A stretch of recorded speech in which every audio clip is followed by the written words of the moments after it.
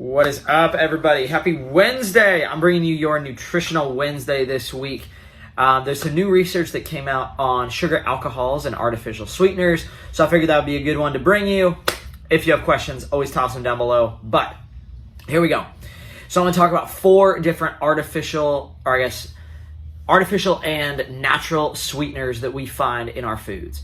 The first 2 that I'm going to talk about that are going to be my preferred ones, you might have heard me talk about these, are Stevia and Monk fruit. What they are. Stevia is derived from the stevia plant, and it's a substance that's about 200 to 300 times sweeter than sugar, but it acts as a 0 calorie, 0 carbs, 0 fat, 0 sodium, all that good stuff. Zeros across the board sweetener. It's used in a lot of keto recipes and things like that. Another pro to stevia is that it can be found in liquid, powder, as well as granules. So it's a really good all-around sweetener to be used in different areas. The other 0 calorie sweetener that I like is going to be monk fruit. Monk fruit is grown in Asia, and it's literally a fruit. It was grown by the monks, and they drive that down. They take the extract from it, and that's what we get our monk fruit sweetener from.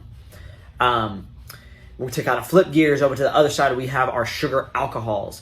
These are things, the 2 that I'm going to talk about are erythritol and xylitol.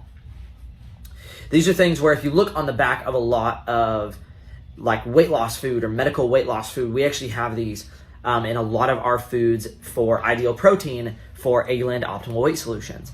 As you might see on the back of the nutrition label that it has 20 grams of carbs, 10 grams of dietary fiber, and then 5 grams of erythritol or xylitol or something like that. And then you see down at the bottom it has 5 net carbs, because you can subtract the fiber and the sugar alcohols out of your total carb count, because it doesn't impact blood sugar levels, and that's really what we're looking at.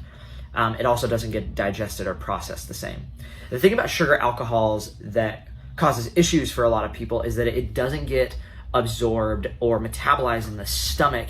It actually makes its way all the way to the large intestine before it gets fermented. That can cause a lot of bloating and gastric distress for people. So if you hear people talking about that they don't like sugar alcohols because it kind of makes them gassy, that's not a myth. The reason that happens is because it makes it all the way down to your large intestine. That being said, I do really like sugar alcohols if they don't cause gastric distress for you. So if you're a person who can handle it, it's probably not a bad thing to incorporate into your diet or to use products that contain those. Between the 2, I like erythritol more than xylitol, just because it gets metabolized better in the large intestine. It's a little bit more well-known. It's a little bit easier to find, and I think the taste is better, personally, in the products that it's used in. So there you go. There you have it on your artificial sweeteners. The ones to stay away from, or the ones that we want to really try to limit, are anything that ends in ose. So anything like dextrose, sucralose, fructose, things like that aren't going to be that are going to be 0 calorie. Anything that ends in ose, and then also our like aspartame and things like that are found in a lot of diet products. Those things don't do amazing things for your blood sugar. They cause a pretty big insulinogenic response, and they're just not metabolized super well in general. And considering that there's much better options out there, I don't understand the reason to go with those, and I couldn't really justify telling you to eat aspartame. So there you have it.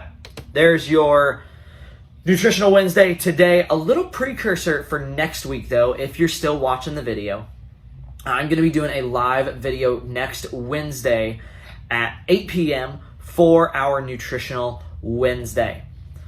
I hope that you tune in for that. I'm going to be answering all the questions that you guys flood my way.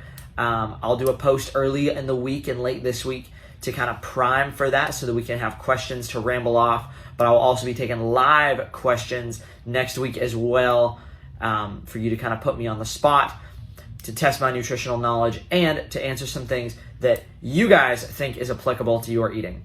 I hope you found the video helpful. Happy Wednesday. Let's make it a great day.